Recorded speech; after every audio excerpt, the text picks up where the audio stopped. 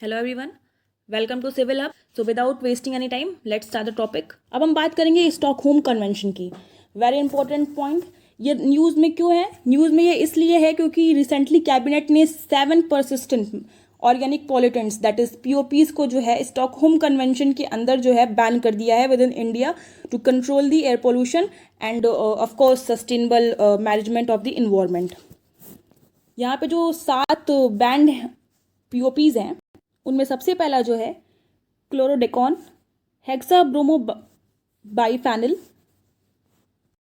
Commercial octa BDE, tetrabromo diphenyl ether and penta bromo diphenyl ether, penta chlorobenzene, hexa bromo cyclododecane, hexa chlorobutadiene.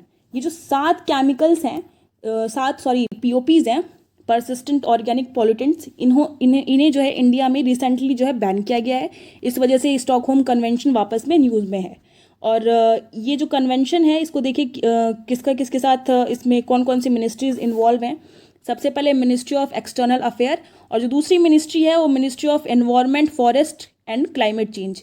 ये दोनों ministries ने मिलकर इस Stockholm conventions में जो भी चीज़ें हैं उनको ऑपरेट करते हैं।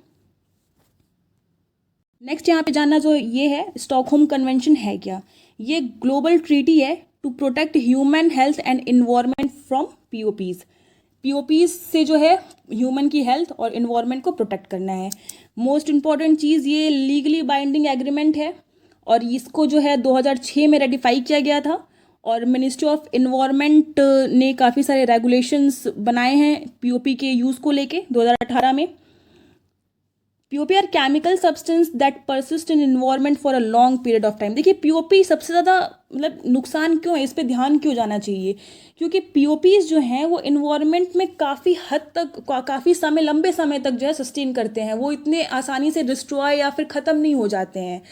और उनका जो इम्पैक्ट होता है वो जैसे कि बायो एक्यूमुलेशन, जो हमारी फूड चेन्स हैं, फूड चेन ऑफ कोर्स आप लोगों ने पढ़ा होगा, जो फूड चेन है उनमें काफ़ी हद तक जो है इनका प्रभाव देखा जाता है और फूड चेन को काफ़ी हद तक ये अल्टर कर देते हैं, जिसकी वजह से जो है काफ़ी डिस्टर्बेंस नेचर के अंदर और इकोसिस्टम के अंदर आ जाता है। और बेसिकली किसी भी कम्युनिटी, जो एक स्पीसीज़ की कम्युनिटी है, उसको भी ये काफ़ी हद तक हार्म कर देता है क्योंकि ये उनके फूड में बायो एक्यूमुलेट कर रहा है, सीधे उनके फूड में इसका एक्यूमुलेशन हो रहा है।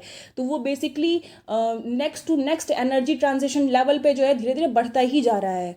तो इस वजह से जो है ये काफ़ी खतरनाक है और इन सातों का जो है 7 पीओपीज और जोड़े गए हैं जो इंडिया में बैन है। जो हार्मफुल डिजीजेज है जो ये ह्यूमन में कॉज कर सकता है, ह्यूमन क्या, ये nervous system, disease of immune system, reproductive disorder and child development, जो इसके 5 सबसे खतरनाक डिजीजेज हैं।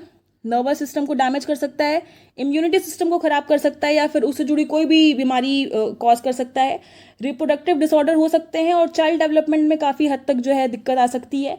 और यस, कैंसर भी हो सकता है अगर ज़्यादा इन्वायरमेंट में पीओपी हो रहा है या फिर पीओपी के एक्सपोजर में कोई भी इंसान या फिर कोई भी जानवर आ रहा है तो उसको ये सारे खतरे हो सकते हैं।